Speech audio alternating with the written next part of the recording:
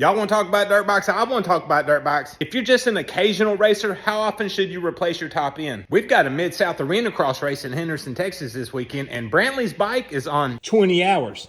I'm a bad father. I do have a new top end on order. It's supposed to be here Friday. I hope I get it put on in time. I'm sure if you read the book on this thing, it'll say you should replace the piston every 15 hours or so, depending on how you ride. Regardless of how you ride, 20 hours is starting to get a little bit sketchy on the piston because one of three things is gonna happen. Best case scenario, she's gonna run like a top. Next case scenario, the rings fail, you lose compression, the bike won't crank. Worst case scenario, that piston haze out and all that piston material gets down into the bottom end of the engine. That's a bad day. And the only way to make it worse is looking at the disappointment in your child's face because they are upset they all went all the way to the race and his bike won't run. That's the ultimate gut punch to the moto dad right there. So what I try to do is put the hour meter on there, keep an eye on it, and about every 15 hours be thinking about getting a new top end. What I should do is go ahead and get two top ends. That way when I get distracted and busy and forget to order one and it's time to go out, I've already got one. I'm a bad father. Doesn't matter your riding style, whether you're an occasional racer or a regular racer, about 15 hours be thinking about a new top end, maybe every 20 hours, because the last thing that you want to do is that piston come apart and get in the bottom end of your engine,